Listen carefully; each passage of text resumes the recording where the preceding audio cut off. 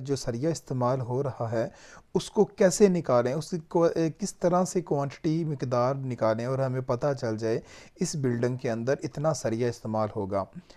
ये एक बहुत आसान सा और सादा सा अमल है। लोग बहुत सारा परेशानियों में मुब्तला हो जाते हैं कि इसमें क्या फार्मूला इस्तेमाल होगा, कितने डाई का सरिया इस्तेमाल होगा, उसको डाई को कैसे मिलीमीटर में करें, क्या क्या करें। बहुत सारे लोगों के जहन में सवाल आते हैं।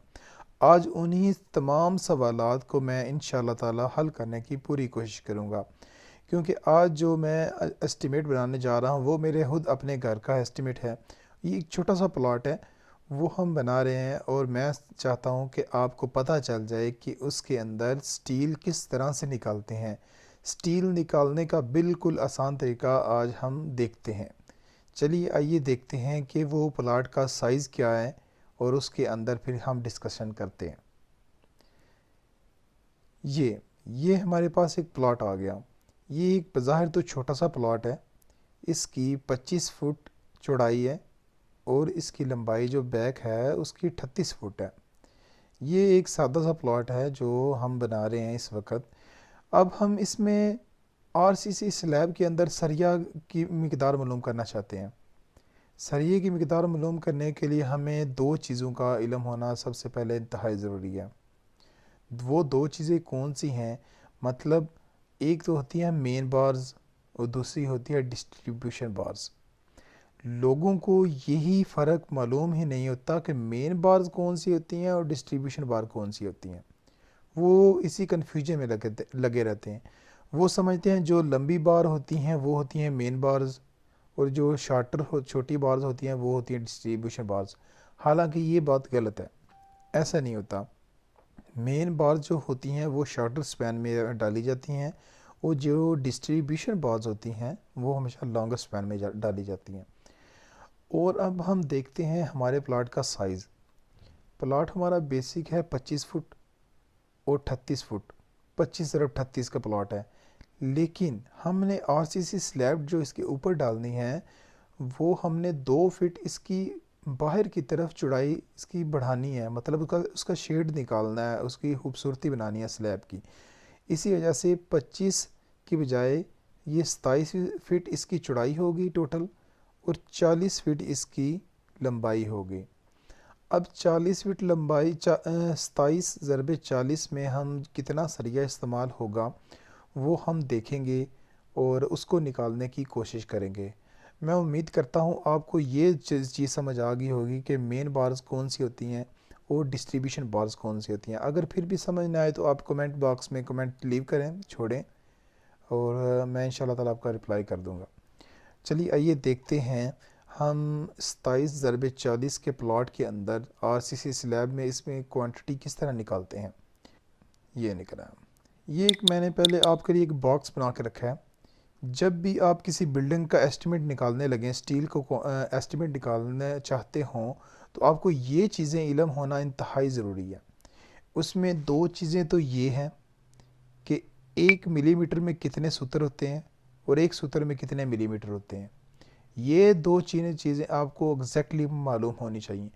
और दूसरी चीज़, तीसरी चीज़ ये फार्मूला सारी बिल्डिंग के अंदर स्टील एस्टिमेट करते वक्त सिर्फ ये एक फार्मूला इस्तेमाल होता है और आप आसानी के साथ उसका एस्टिमेट निकाल सकते हैं। चलिए मैं आपको तफसील से बता देता हूँ। 1 इंच में होते 8 सूत्र। इसको सूत्र बोलते हैं। पाकिस्तान और इंडिया में ये ज़बान बोली जाती है, बाहर के मुल्कों का पता नहीं। 1 इंच कहते हैं 8 सूत्र और 1 इंच में होते हैं 25.4 मिलीमीटर। ये दोनों बराबर हैं, मतलब 8 सूत्र और 25.4 मिलीमीटर बराबर हैं।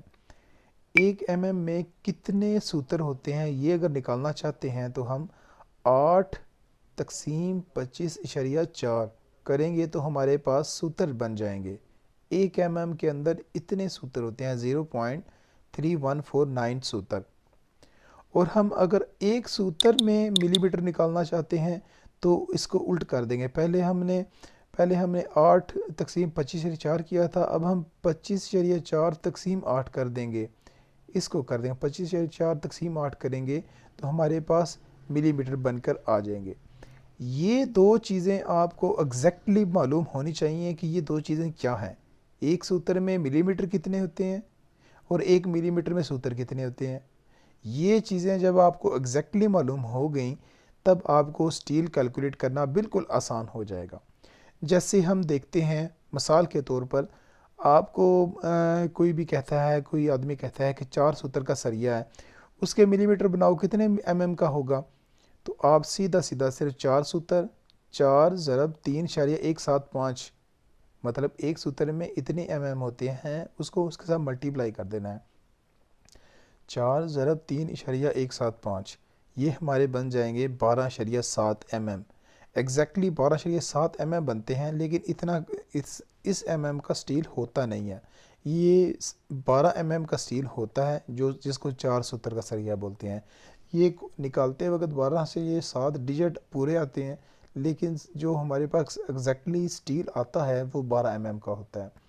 ठीक है, आगे देखते हैं। अगर आपको फिर कोई आदमी बोले कि 6 सूत्र का सरिया जो होता है उसके कितने mm होते हैं, तो आप सिंपल तरीके से 6 ज़रब 3.175 मल्टीप्लाई करेंगे तो हमारे पास 19 mm का सरिया निकल आएगा। ठीक है, ये दो चीज़ें तो हो गई। अब आपको पता लग गया होगा कि 1 मिलीमीटर में कितने सूत्र होते हैं और एक सूत्र में कितने मिलीमीटर होते हैं। आप उसी तरह से जितने सूत्र का सरिया उसके mm निकाल सकते हैं। अब पूरी बिल्डिंग के अंदर जो स्टील मालूम करना है उसके लिए सिर्फ एक फार्मूला इस्तेमाल होता है और वो फार्मूला ये है। इस फार्मूले के तहत आप किसी भी बिल्डिंग का सरिया मालूम कर सकते हैं। मसलन ये फार्मूला क्या है, डी क्या है, 162.162 क्या है, ये मैं आपको बता देता हूँ। डी स्केयर, ये कह रहा है डी स्केयर मतलब डाया। डाया हमारे पास क्या है, ये डाया है। कितने सूत्र का सरिया है, कितने mm का सरिया है। जब भी आप स्टील एस्टिमेट करेंगे वहाँ पर सूत्र नहीं लिखेंगे। सूत्र लफ्ज़ सिर्फ बोलने के लिए है कि इतने सूत्र का सरिया ले आएँ। जब स्टील एस्टिमेट करेंगे तब आप उसको मिलीमीटर यहाँ पर इंदराज करेंगे, मतलब डाया उसका मिलीमीटर में लिखेंगे। मतलब कि 4 सूत्र का सरिया है, उसका डाया क्या है 12 mm। 12 mm मतलब कि 12 स्क्वायर बटा 162.62। अब ये जो डिजिट आया है, ये जो निकली है रकम, ये क्या चीज़ है, ये हमारे पास उसका यूनिट वेट आ गया है। यूनिट वेट मतलब 1 मीटर के अंदर 0.88 किलोग्राम है। 4 सूत्र का सरिया है, उसका 1 मीटर लेंथ हो तो 0.8 kg उसका वज़न होगा। मतलब 4 सूत्र का सरिया है, 1 मीटर लंबा हो, उसका वज़न 0.88 kg होगा। अगर आपको समझ आ गया है तो मैं फिर भी आपको मज़ीद समझाता हूँ। डी स्केयर मतलब कि जितने mm का सरिया है उसका स्केयर ले लें, तकसीम 162.162 कर दें तो हमारे पास kg पर मीटर वेट आ जाएगा। अब डी स्केयर की जगह 6 सूत्र मतलब कि 19 mm भी हो सकता है, 8 सूत्र का भी हो सकता है, 12 का भी हो सकता है, समथिंग। ठीक है, ये फार्मूला आपको हमेशा याद रखना है, बस ये डी स्केयर तकसीम 162.162। अब हम निकालते हैं अपने घर का एस्टीमेट। हमारा घर है 27 फुट चौड़ाई और लेंथ इसकी है 40 फुट। अब हम इसके अंदर जो स्टील इस्तेमाल होगा उसको कैलकुलेट कर लेते हैं। उसको कैलकुलेट करने के लिए ये मैं निकाल चुका हूँ। अब हमने ये छोटा सा आप ये टाइटल दे लें, छोटा सा इसको मेंशन कर लें कि आपको वाज़ेह हो जाएगा। इसका सिंपल मतलब कि टूल बना लें और आपको पता चल जाएगा हम क्या लिख रहे हैं और कैसे निकाल रहे हैं। दो ही इसमें बार इस्तेमाल हो रही हैं इस घर के अंदर, दो। एक होगी मेन बार, एक हो रही है मेन बार, दूसरी है डिस्ट्रीब्यूशन बार्स।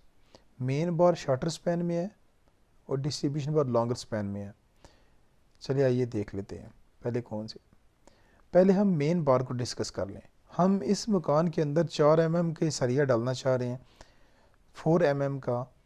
तो 4 mm सॉरी 4 सूत्र का, ये 4 सूत्र का यहाँ पर इसको 12 mm का सरिया, मतलब कि 12 mm का सरिया हम यूज़ कर रहे हैं इस घर के अंदर। तो अब इसकी लेंथ, लेंथ कहाँ से आई है? लेंथ इसकी जो है वो ये है, मेन बार्स की जो लेंथ है वो हम देख लेते हैं। अब मेन बार ये है, मेन बार कौन सी है? ये बार है मेन बार, मतलब ये 27 फुट है। ये मेन बार्स शटर स्पैन के अंदर जो कम फासला हो, मतलब कम चौड़ाई वाली की तरफ हो, उसको मेन बार्स बोलते हैं। ये 27 फुट है इसकी लंबाई, यहाँ से लेकर यहाँ तक 27 फुट है। ये 27 फुट लंबी है, इसको कैलकुलेट कर लेते हैं। अब यहाँ पर जो ये जो रकम लिखी गई है ये मीटर के अंदर लिखी है। 27 फुट के मीटर हम बना लेते हैं। 27 तकसीम 3.128, ये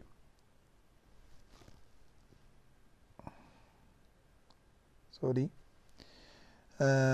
27 तकसीम 3.281, सॉरी ये निकल आई।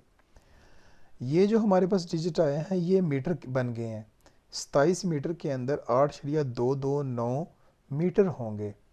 हमने मीटर के अंदर इसको निकाल रहे हैं। ये 8.229 मीटर है इसकी चौड़ाई है।